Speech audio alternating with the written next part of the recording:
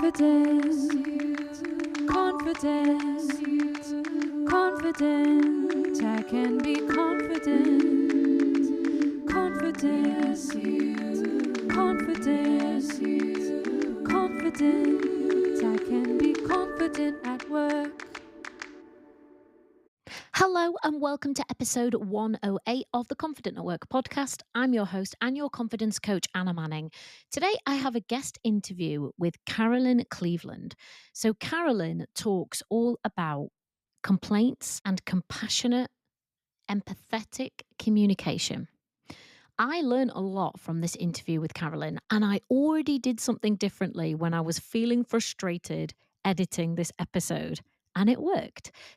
So the chances are during your professional career, at some point, just like I was, and you'll hear me talk about it in this episode, you will have a complaint made about you. Or maybe you'll even be the person who's making a complaint about somebody else. That being the case, Carolyn and I want to arm you with the emotional component of complaints, the importance of empathy and compassion in dealing with complaints really well, processing the emotions that come with a complaint, because there's a lot, and seeking support, the role your organization could play in supporting you as a professional, and a warning about the impact of a poor internal narrative and what that can do to you if you have a complaint made against you. And I was left with something that blew my mind a bit, actually, which was that a complaint handled really well actually has the power to increase your professional confidence. You might think I'm talking rubbish, so you will have to listen on to find out. And without further ado, I welcome my guest, Carolyn Cleveland, to the podcast. Thanks, Anna. It's a real pleasure to finally be on one of your brilliant podcasts with you. So thanks for the invite. And as everybody now knows, my name's Carolyn Cleveland and I'm founder of C&C Empathy Training. And my business works with all sorts of professionals, predominantly healthcare professionals, but I go across lots of different sectors, working with complaints, as you said, Anna, but also leadership and resilience and well-being, and it's all very tied in. I'm an NHS approved trainer as well, and also part of the Civility Saves Lives teams as well. So yeah, it's really great to be here and I'm looking forward to the podcast. All right, thank you. So can you tell us first off how you ended up here? How did this end up being the thing that you focus on? Okay, so it has a story that's really very much embedded in my past. I'm the grand age of 55 now, but it started up very much when I was a young woman. And my very good friend very sadly died in a misdiagnosed illness, which sadly led to her untimely death, leaving the care of her 4-year-old daughter, Sophie, in my hands.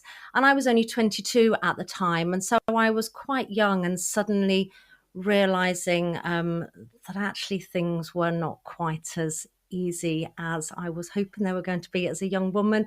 And I was having to answer some really challenging questions. But what it did in turn is it really made me understand just how complex our emotions are when we're going through any kind of trauma, and also how it can really impact on our own well-being.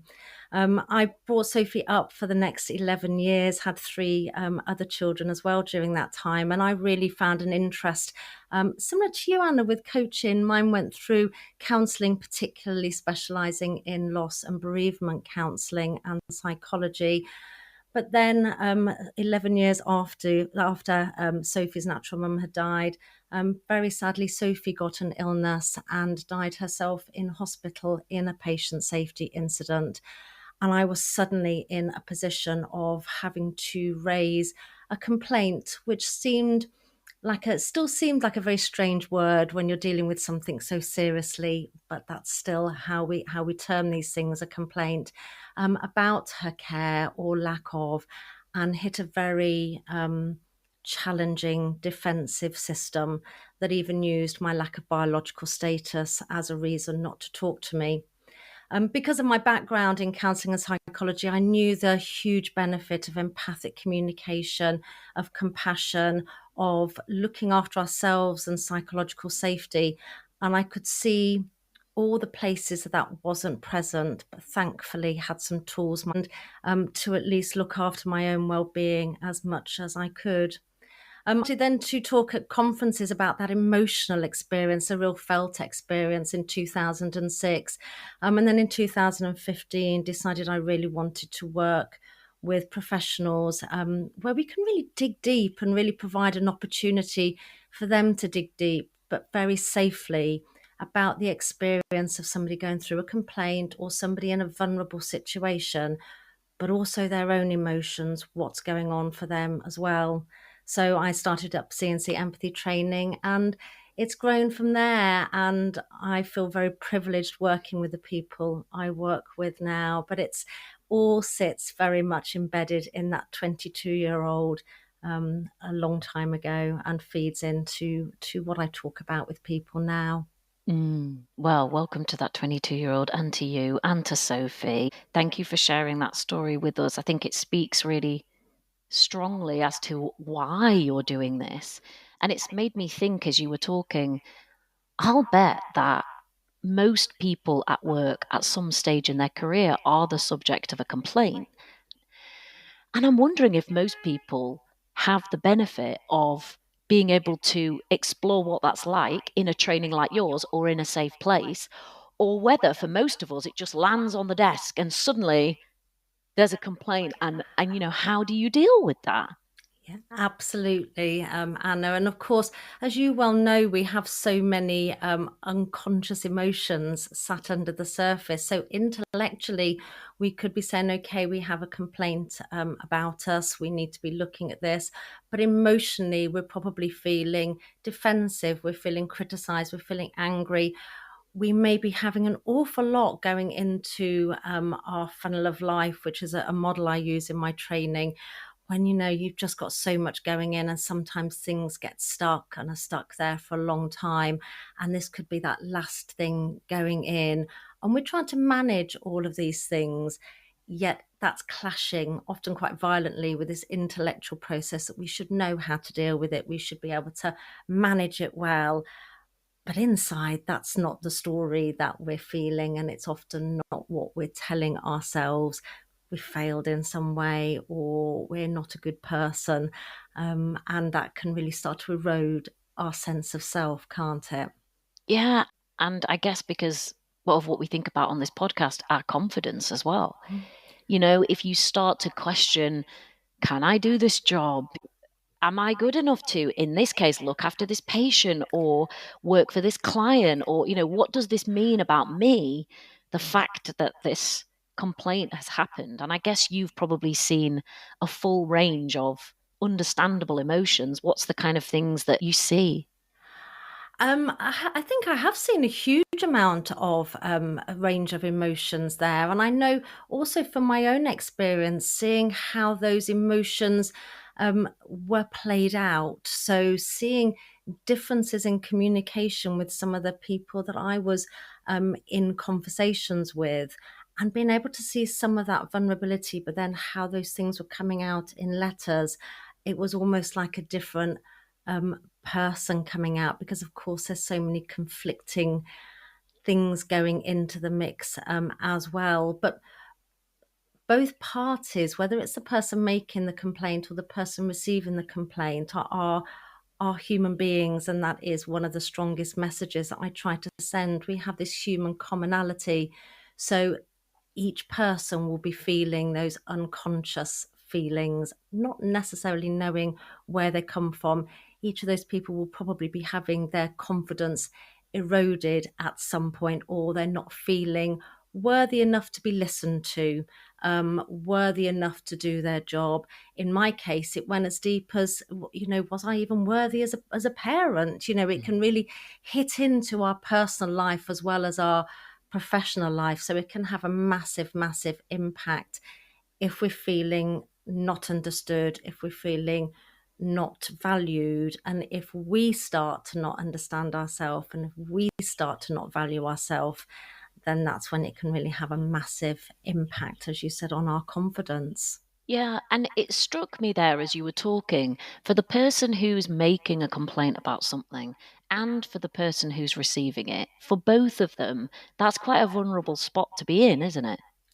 It really is, because both actually have an emotional component. So one of the things I talk to people about is behind every fact that we tend to deal with in life, whatever that fact may be, always sits an emotional component. It has that emotional meaning. And that could be something very simply, could be something very complex, and often is very complex when you peel back the layers. So, somebody could be raising a complaint and they're actually wanting somebody to understand. If we say, for example, somebody's complaining about an energy supplier for their parent, it could potentially be so much more than that. It could be, please, can you listen? My parent is in a vulnerable position. I'm the other end of the country. I'm trying to support them in this. I'm feeling disempowered. I'm feeling guilty that I should be there and I'm not there to do it in a practical sense. Please listen to me. And if that's getting met with a very defensive answer the other end of an email or the telephone, you can see how that can have such an adverse effect on that person, because there's all this emotional component coming towards them, but or from them. But of course, from the person on the other side, they will have their own emotional component as well. And often we rub along with people really very, very well. But of course, if those things clash, that's when we can really get into trouble and difficulty with communication. And hey, let's be honest here. I'm far from perfect, and I get those communications incredibly wrong sometimes, because sometimes I'm more able to understand my emotions because my funnel is less full, and sometimes I'm less able, and it will be afterwards I'll be reflecting and thinking, maybe I shouldn't have said that, or maybe I didn't understand. And so we are all very human, and that's the challenge.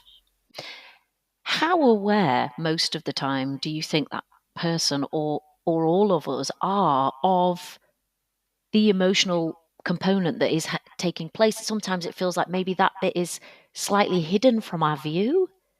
I think it's very hidden from our view a lot of the time. I think we're very, very focused on that felt experience, what we're feeling, whether it's frustration in that moment in time, whether it's anger in that moment in time. And we're not necessarily tuned into the fact that I feel scared, or I feel worried or concerned, or incredibly vulnerable. We're feeling that sort of more on the surface emotion, and that's what we're running with often. And we're not necessarily present enough in the moment to start to delve into that. And sometimes people will do it afterwards, but sometimes we just move on to the next thing, don't we? And then we get bombarded with the next. So, how do you do that then within your, and maybe you can just give us a little snapshot or an example, when you're working with somebody and you're helping them think about complaints and sounds like maybe feel about complaints, is that part of what you do, helping them to become aware of that stuff which might be lurking under the surface, but sounds like it probably is having an impact? It's exactly what I do. And you've hit the nail on the head, Anna, talking about the fact that I get people to feel about complaints, or if it's about leadership or whatever I'm working with them about, because it's very immersive what I do with people. So part of telling my story, which I tend to do right at the outset of any session that I give, it's to actually evoke people's empathy. It's to evoke people's compassion. It's to evoke their feelings of their own life experiences that will tend to come up.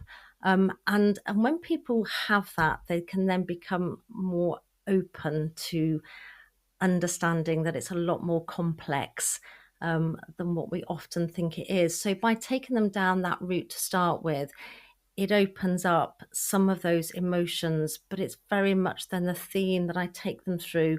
If I'm doing a day's training, for example, that as we're analysing some of the content that I give them, we're looking for that next stage down, and maybe that next stage down. And actually, if you were in this position, what might you be feeling in that other person's position. But because they do it, I guess through in part my story, it makes it feel a little bit more psychologically safe for them, because they get to dig deep without it actually having the spotlight too much on them, in a group maybe of colleagues in a room, because it's challenging, as you well know, digging deep with emotions sometimes, isn't it? And so doing it through parts of my story and parts of my experience, but of course with the backdrop of counselling and psychology, gives them that ability to feel. And then when new information comes in, but it's then connected with an emotion, it stands much more chance of going into their long-term learning and their long-term memory, because it makes sense to them. I think that's one of the key things. It needs to make sense to them, to their lives, to their experiences. And it's amazing the commonality of discussions that I have from group to group, because we are all human beings. So we will have all had frustration, anger, fear, vulnerability, even if it's wrapped up very differently. I talk about an emotional sort of library, that we will all have different experiences. So we will all have different books in our emotional library. I will have different books in my emotional library, different experiences to what you will, Anna, but we will have common themes in those books. We will all know the feeling or fear of loss. We'll all know the feeling of anger. We'll all know the feeling of happiness, but it may be wrapped up in a very different book in our emotional library. But it's about sometimes honing in on some of those common emotions to understand different perspectives and to understand yourself too. And to believe in our ability to empathize, because often people feel that they haven't easily, maybe as what it used to. They feel that they have lost that ability, but often it's more that they're just putting up some necessary boundaries and defenses around them. So it's in part to try and build that confidence in their own empathic abilities, but by looking after themselves at the same time. That speaks to something from my own experience. When I was a lawyer, I did medical negligence work. So all of my clients had either a loss of a family member or a serious injury. So all of my shelves, because we had paper files in those days, as I would say on a really bad day, my shelves are filled with misery and death. And I don't think I did this consciously, but I do remember that slowly, I think, I wound some kind of armor around myself in order to deal with that environment, which it did help me to deal with the environment. But I think in the process of that, I lost some of my empathy. Yeah. And I don't think that's uncommon at all, Anna. And as you said, when you're dealing with situations such as you were, it has such a high amount of unhappiness or misery and death in that situation. And so we are going to try and protect ourselves in whatever way we can.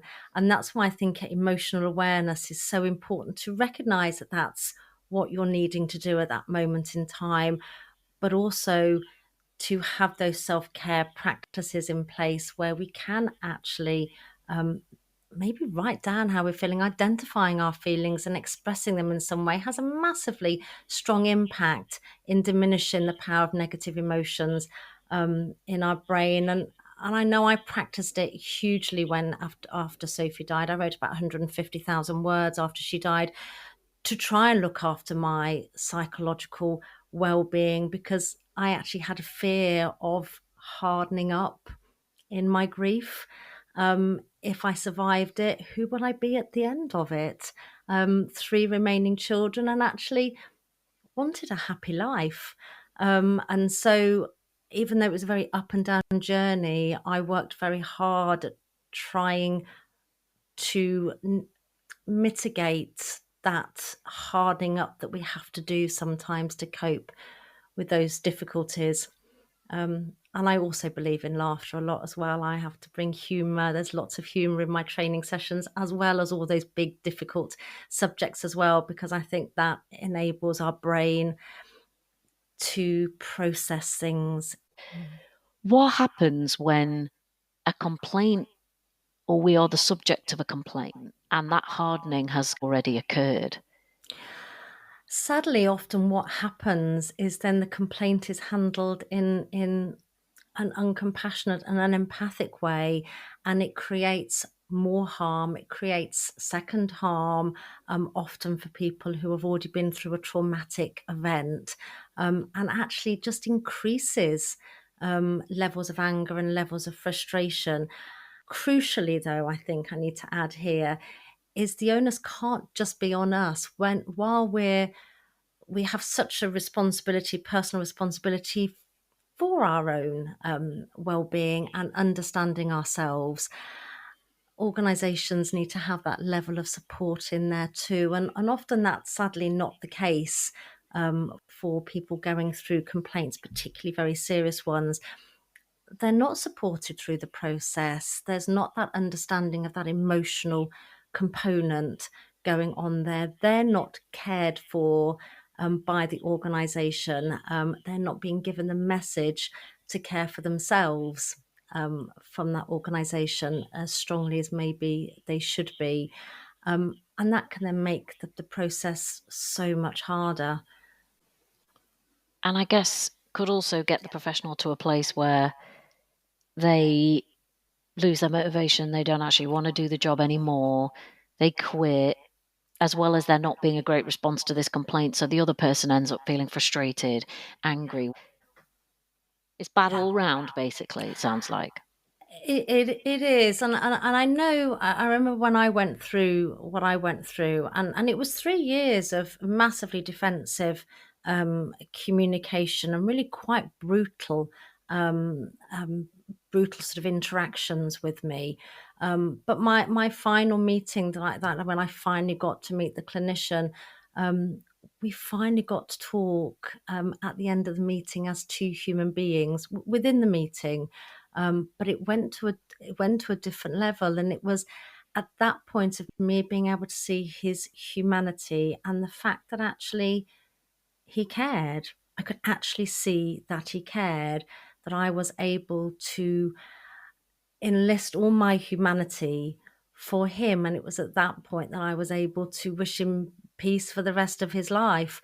But it took that two-way process, and so if somebody is getting very apathetic, somebody is getting very hardened, it tends to break down any chance of that two-way process. But of course, it does need both parties to try and do it as much as possible. If we're hitting brick walls, then it can get really, really challenging. And sadly, empathy is not a magic wand. It's if it solved everything, we'd all be doing it really easily all the time, wouldn't we? And it's not. It doesn't solve every situation because we are so complex as human beings. But it really can make a massive difference when we can understand each other and care about ourselves as well as other people too. And it sounds like sometimes that's the sort of brave route to take. Yes, I guess it is. Gosh, you made me kind of really, really think about that from my own perspective, because of course at the time, you feel very vulnerable when you're going through these things. You don't always feel brave, do you? Even though actually you are being very brave under the circumstances, it's not always translated in your emotions as a feeling of bravery. What we would imagine feeling brave, we'd be feeling like we could conquer the world, we're on top of our game, but actually we can be being incredibly brave but almost crawling around on our hands and knees emotionally sometimes, can't we? In fact, that's often when we are our bravest, so we don't always recognize our bravery, but it's the more difficult route sometimes, but actually leads to an easier road long term. I think certainly my overall well-being, and I still will have challenges and dips along the way, as anybody would, but I think my well-being is where it is now because of understanding my emotions, because of trying to be kind to myself, because of trying to understand somebody else's situation, and trying to put myself in their position rather than separating us off into these two different entities, and never the twain shall meet, as they say. That did take bravery on my part to do, because it's much easier just to be angry sometimes, but it's not easier on us long term if we're in that place of anger. Obviously, you've got loads of experience training professionals, but also that lived experience of being somebody who has cause to make a complaint. What would you offer for the professional who may be the subject of a complaint? When you say what would I offer, do you mean as in? Or let me rephrase it. What way of approaching a complaint gets to the best result? So for the person, if they're reading a complaint, let's say it's about something that they've done, so it's got that personal aspect. I think reading it first of all and allowing yourself to feel those natural feelings that we're going to feel. That's not how I remember it. I'm feeling angry, I'm feeling defensive, I'm feeling attacked, whatever that may be in the situation. You've got no idea what I was going through at the time. All those thoughts and emotions that tend to flood us when we're reading something that we're immediately thinking is very negative. But to also then probably try and unpick that a little bit, and we need an element of sort of emotional awareness to do this well, but to try and think about, okay, is this actually me they're talking about here, or is it the situation they're talking about? What was I going through? With thinking about it in a more compassionate way. What were the other factors that were affecting me? What was I succeeding in that situation, as well as what I maybe wasn't doing as well? And to try and spend some time processing some of that, maybe even with a colleague that knows you well, but may challenge as well as understand you, almost before they even think about what they might respond. Because if they don't do that, what they're often then responding to is, I feel attacked, you said, I say. And we're trying to justify situations, and we're trying to get somebody else to understand our situation because it matters to us, and somebody will possibly feel hurt or betrayed by something we've said or done or harmed, and we may have had a very good reason for doing what we've done in that situation. And so I would always give some time to understand that emotional fallout from that on an immediate level and a slightly deeper level. But also, when you're then reading that complaint again, try and understand what are the facts, but what is the emotional component. So, the facts are that, the dates, the incident, those kind of things. The emotional component is, if we go back to that earlier example, this is somebody who's in Scotland phoning an energy board about their parent in Cornwall. They maybe, because we don't ever know for definite unless somebody shares it with us, they may be feeling completely out of control in this situation, and allow what I call an inquiring mind, allow that inquiring mind and that professional curiosity of what might be the emotional component. So when we're starting to answer, we can have an element of what this person might be feeling. And of course, that just helps us see them as human beings rather than just somebody who's attacking us. Does that answer? Perfectly. And I like the point that you said you may even require some support to do all of that. Yeah. Absolutely, because as I said, when we identify our feelings and express them in some way, it does diminish the power of those negative thoughts. But actually, part of that, even though we can achieve things through writing things down, having somebody who is going to listen, who's not going to judge, but might challenge some of the things we're saying can really help us understand ourselves better. Because when we're actually verbalizing things, we can understand, it gets to that point where we can actually understand, yeah, actually, this is what I'm feeling, not this. I'm actually feeling angry about this rather than something else. So it helps us untangle some of those things. And if we've got somebody who we trust and is supportive, then that can be such a massive plus for us in that process. And of course, we feel less alone as well, don't we? Mm-hmm. So before we try and do anything or we try and respond, read a complaint, read our own response to it, our own emotional reaction, think about what might be underneath that or in that for us, and maybe even get some support to help us before we move to no, this, not this, I did that, which it's so tempting, isn't it? It is, and I think one of the things I try and talk to people about is not trying to have the absence of things. So not trying to have the absence of biases or labeling or negative self-talk or challenging emotions, because we can't ever get to that point. We will have them. And so it's almost rather accepting we do have biases. What are they? Do we know what they are? Are we using them in a way that's judging somebody else? Are we labeling? If we never labeled anybody, we'd leave ourselves in all sorts of difficult and dangerous situations. We need to have some way to code and understand what's going on in that moment, but be aware of how you're labeling and challenge that label if actually you are joining that with a bias and being very judgmental or hurtful.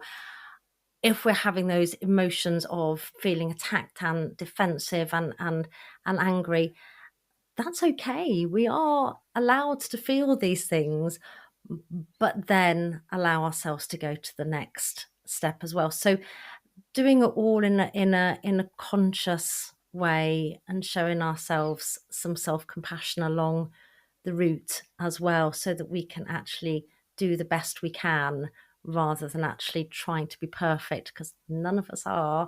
And we need to embrace all that we are if we're going to actually grow and develop in the process.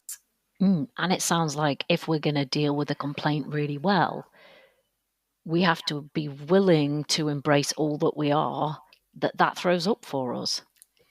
We do, absolutely. And also embrace that the person who's making that complaint is as complex and going through all of those things. And of course, sometimes people will be at both of these positions with different levels of tools available to them, different life experiences, different levels of emotional awareness or intelligence in that situation, different levels of support around them.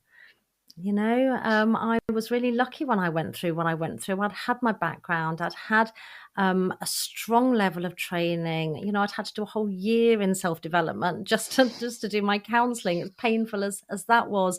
But it gave me a strong foundation. I also had a really good support network around me. And I also had quite a naturally positive outlook where I was able to reframe things relatively easily throughout my life. That's just something that just I felt quite able to do. And some people will not have all of those, or won't have one of those. They may struggle with the level of support they've got around them. They may not be able to reframe things to see the good in something. They're probably seeing the challenges in something. And so everybody's coming with those differences, aren't they? And that can be a real challenge. Yeah, and isn't it great that we just think we're dealing with some facts on a page, and actually what we're dealing with is all of these different people and all of their feelings about things and their thoughts and their biases and their lenses, and no wonder if he's sometimes getting a pickle with it. Absolutely. Do you know what? One of the things that really stood out to me when I was back in my young days, when I was about 23, doing my counselling, and I'd not long started, and my lecturer said to me, "Let me see if I can remember this properly. If you can find the courage to sit with somebody's distress long enough, you not only validate their situation, but without knowing it, sometimes you may validate their entire life." And that was a real light bulb moment for me. And I really, it resonated with me when I was then going through my complaint over Sophie's death. That actually, when people were sitting with my distress for long enough, when they had the courage to do that for long enough, they were in fact validating probably not all of my life, but a big chunk of my life. I was 33 when Sophie died. I was 18 when she'd been born. And that was a long time, and we'd gone through some very, very big things together. And so somebody having the courage to sit with that distress long enough, didn't just validate the complaint, they validated all of those years, and that's the power of it, but the challenge all at the same time. And that speaks to the potential power that there is in the moment where somebody has cause to make a complaint. Actually, it sounds like, as well as the possibility for things to be done badly, there's an amazing possibility and a power for healing, for growth, for understanding. Can you speak to that? There's a massive possibility. One of the really simple exercises I do with people is thinking about a situation when somebody has actually really listened to what they've had to say, and it could be professional, it could be personal, it could be a friend that's just really kind of really listened and understood them. Doesn't matter what the situation is. What I ask them to do is to think about the emotions, tease out some of those emotions of that felt experience.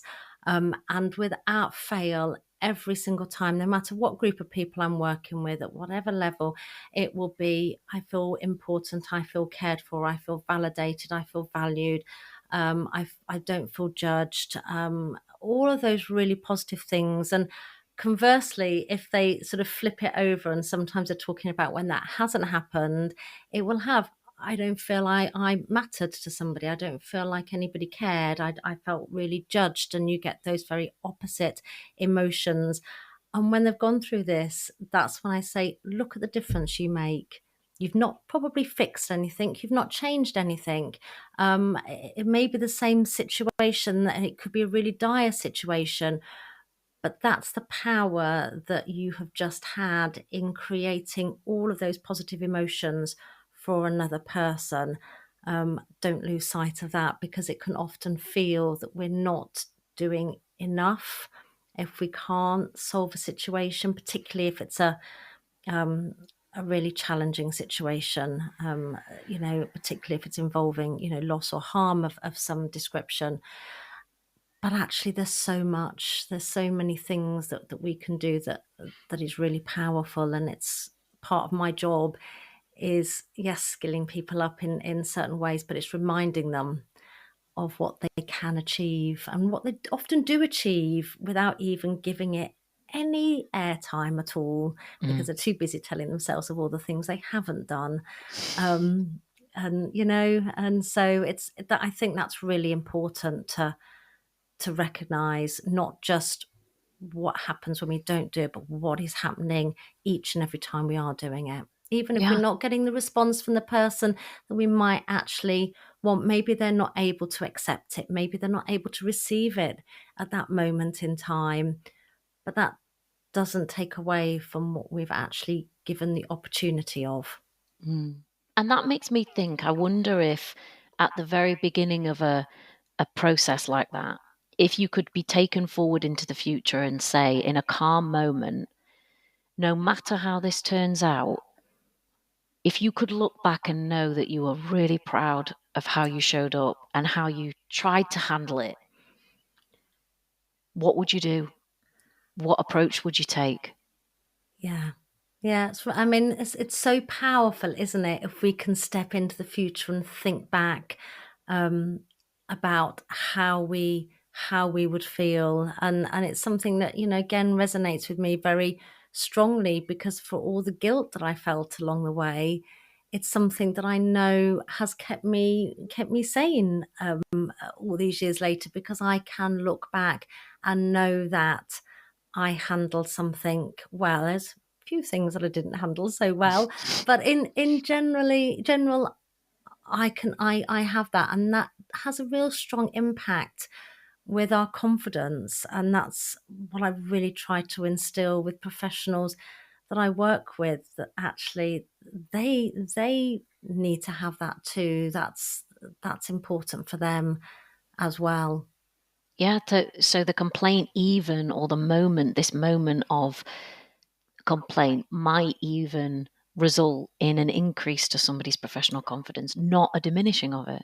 Yeah, absolutely. And the people, strange, well, not strangely, but it's not strange to me because it makes sense to me. But often the people who start off as somebody who we feel is very against us can end up being our champions, because of how we've managed a situation.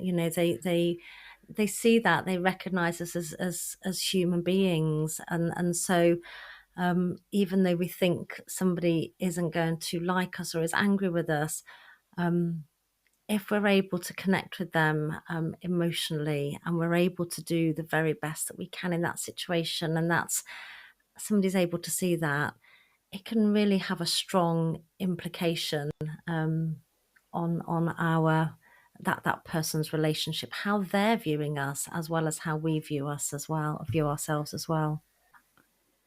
There was one thing I wanted to ask you about, which was, you talk about the power of empathetic communication on this whole process. So if something's gone wrong or if there's a complaint.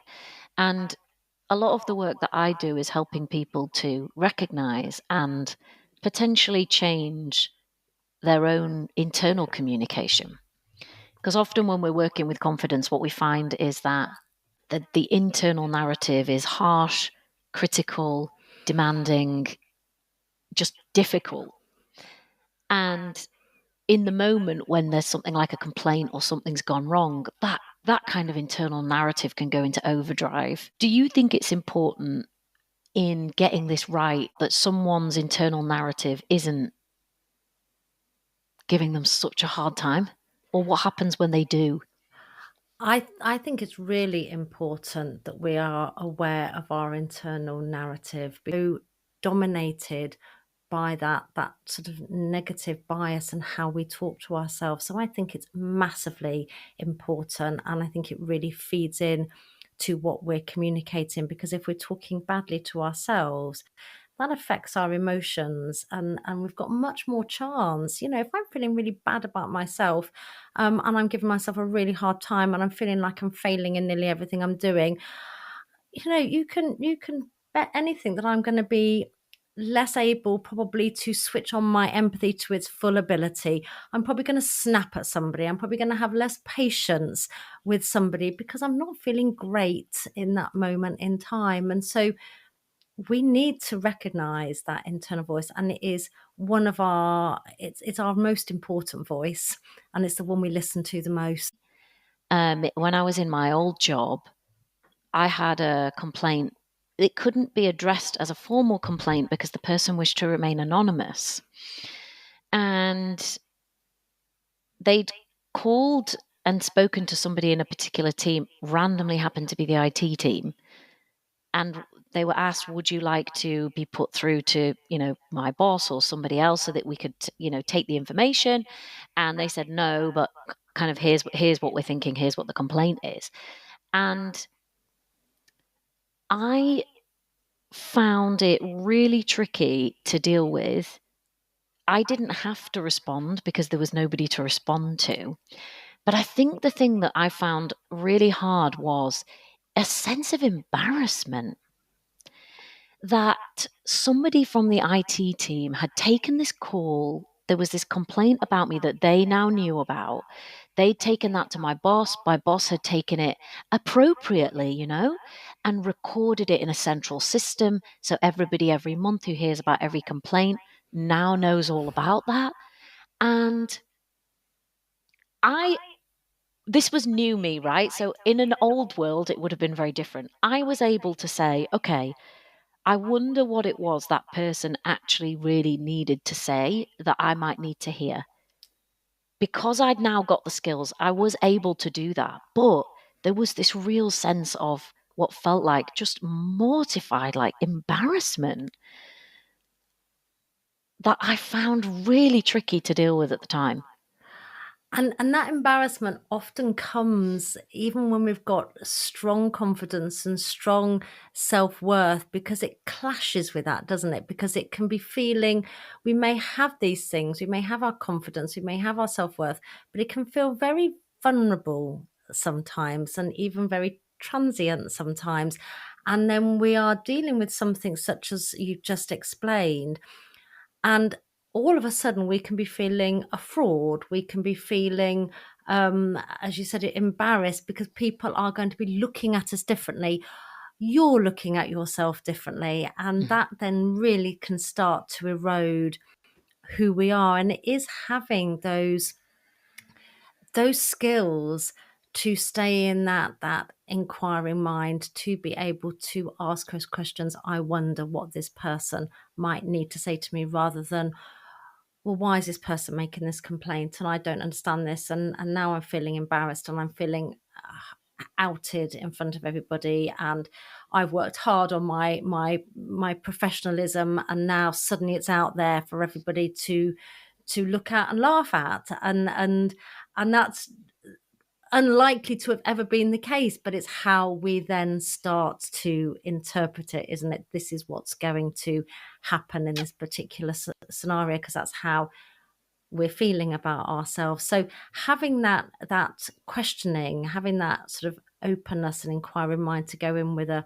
question about the situation, can put us in a different place to start to process that information, because our emotions will respond to those thoughts that we've got, won't they? So you put yourself in a really good position to see something in, you weren't judging this person in that moment in time. You were trying to understand that person in that moment in time, despite the challenging feelings that you had. I wonder what this person might need to tell me that I need to hear. So you're trying to understand that person, and that will be of benefit to you. Does that Yeah, and resonate? actually, yeah, it does. And I think just even sharing that, the fact that that happened, that feels a bit vulnerable. But hopefully, if people listening to the podcast are like, oh, someone actually made a complaint about me, or I've had a complaint, or even I've had to complain about something,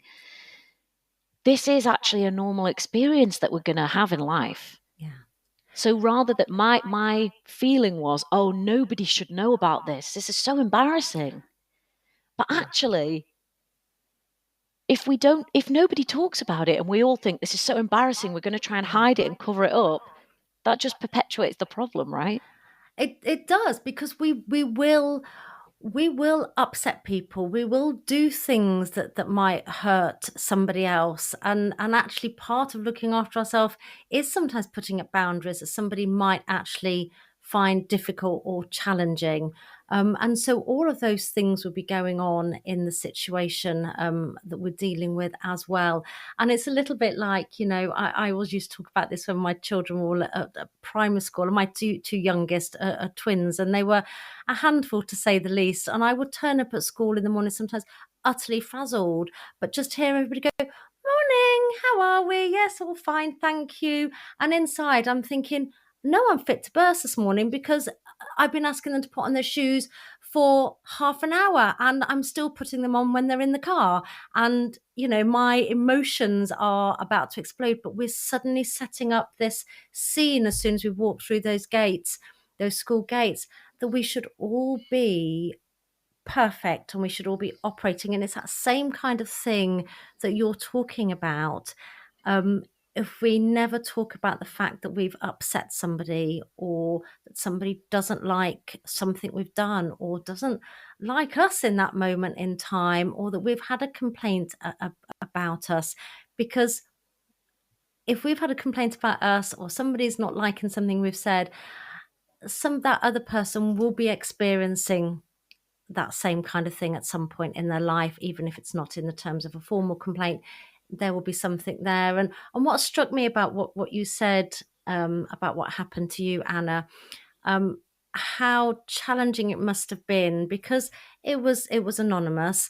You didn't have that opportunity to engage that question in an active way. You could think it, you could have that mindset, but you were stifled from actually being able to understand more and have that conversation where you could both connect as human beings and understand more fully that person's perspective, and maybe that person understand your perspective in that situation, because you were kind of shut down from doing that. And that can then leave us not necessarily stuck in that place, but it can leave us in that place longer than maybe we might want to be. Yeah. And that must have been really hard. I know, I'm very grateful for the brilliant feedback I get from people who attend my courses, but occasionally it won't work for somebody. They're not in a place, or it's triggered something for them that they're not ready to go there. And I will struggle if I get a comment and it's on because I allow people to do them anonymously, so they have that freedom and transparency to say whatever they want. But I instantly want to be able to follow that up and say, are you okay? Is there something you need to share with me? Is there something I can learn from this? And I'm not able to do that. And so I find that harder to process than if I was able to do it. Well, I mean, there's just a lot to this, isn't there? We show up at work and we think that we're doing a job and we're going through a set of to-dos and we're taking some actions and we're creating a result. And actually, we're just bumping into each other's emotions all day, every day, and trying to manage that human aspect of our work very often without the training to back it up. So we may have the technical training, we may have the know-how. I know how to draft this contract. I know how to perform this operation. I know how to create this billing system. But do I know how to understand, recognize, deal with my own emotions, understand, recognize, and deal with the emotions of other people? I mean, I feel like we're fumbling our way in this regard. Yeah, I think we are, and I think the workplace has a lot of catching up to do in terms of providing coaching, such as yourself, providing training, providing those support networks. They're there in theory, they're there in mission statements, but they're not always there in practice. And even when they are, they're not always there in a way that we can access without feeling that we're the only one, or embarrassed, or weak, or that we failed in some way because we're the one needing to access some support. And sometimes people don't even recognize when their well-being's on the floor, and so they're absorbing more and more and carrying on and carrying on, and not even recognizing that actually they were at breaking point 3 months ago, and that they are literally limping their way through. And it's strange for me to say I'm thankful for what happened in my life in regards to Sophie, because how can one ever say that, because I would give anything for her to have her life back. But I'm grateful that it's given me, if I couldn't change it, I'm grateful that it's given me the ability to recognize now when my well-being's dropping, because it's dropped several times over my life, that I now recognize those signs and I can take the action that I need to do, and that now I class as something that I'm really grateful for, despite how it turned up. But we all will have traumas of some description. in our life, won't we? And just with that emotional library, they're just wrapped up in a different book. And I think that it's the same for our professional lives. We will all fall. Yeah. We'll all end up on the floor, maybe multiple times. We'll all fall and make a mistake and maybe have a complaint made. We'll all fall in our personal life and end up in a situation where we're like, how on earth did I get here? Yeah. And I think the way in the past was to cover that up, as you say, to get to the school gate and say, yeah, I'm having a great morning. When inside you're like, my kids won't put on their shoes. So if today in this podcast, we've reassured anyone that falling in all those regards is normal and a normal part of a human life, and actually maybe a rich part of a human life, then I think we've done our job. Absolutely. And I think being able to share that with somebody else as well, recognizing if you're feeling it, chances are somebody else is too, because if we can share that, we'll often hear that message easier from a friend, from a colleague, than we will necessarily from our internal voice. So why we need to really work on our internal voice, support each other to do that, because we are all going through something at some point or another. Yeah. Well, thank you, Carolyn, for being with us. I really enjoyed the conversation. I'm sure the people listening to the podcast will have enjoyed it too. Is there anything else you want to leave us with? Just a thank you, really. It's really nice to be able to I like-minded conversations, but where there's that level of interest and challenge and honesty and transparency. So I want to thank you for your openness, sharing your vulnerability, and inviting me to be part of it and to chat via you to your listeners of this podcast, and for getting this message out there, and hopefully some openness for other people to talk about it too. That's Great. key, isn't it? Yeah. And if people want to find you, I will leave a link to you and your details in the show notes. But where should somebody find you? Where do you hang out? So the best place to contact me is via my website, which obviously you'll put the link on there, and do send a message to me. I'm on LinkedIn as well, and X. Yeah, if you want to put those links in, that's absolutely fine. But happy just to for anybody to share anything at all. I've just set up actually, Anna, something called Empathy Envoys, which is to support people to spread the message in the way that we've talked about within organizations. So I've got a page that's not quite live yet, but I could send you the link to that maybe. Mm-hmm. If people are interested in that, and on there you can actually nominate colleagues who you think are really doing something pretty special at work, people's appreciation of it. So that would be great. Find me that way would be brilliant. Brilliant. All right. Thank you, Carolyn. Thanks, Anna.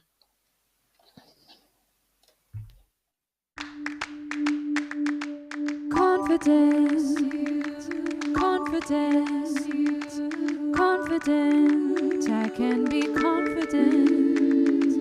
Confidence, confidence, confident. I can be confident at work.